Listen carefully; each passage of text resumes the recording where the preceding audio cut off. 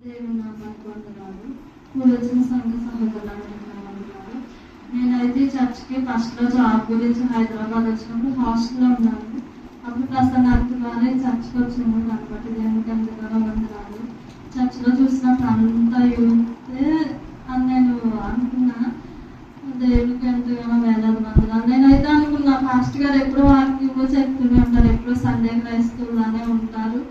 Sunday నిజంగా నేను అసలు సండేనే వస్తున్నాను. నేను చాలా బాధగా ఫీల్ అయ్యాను. ఏంటి దేవుడు, నేను సండేనే వస్తున్నాను, నా ఆత్మీయ లైఫ్ ఎలా ఉంది, నేను దేవుళ్ళో తగ్గిపోతున్నాను అని చెప్పి నేను చాలా బాధపడ్డాను.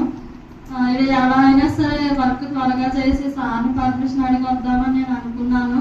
కానీ దేవుడు ఎంతగానో సహాయం చేశారు. నేను అడగకుండానే సారే వర్క్ అయిపోతే వెళ్ళిపోమని చెప్పారు. 6:30కి ఎంతగానో ఏమైతే నేను ఆశపడ్డానో దేవుడి సన్నిధికి వెళ్ళాలని దేవుడు నా ఆశను తీర్చారు.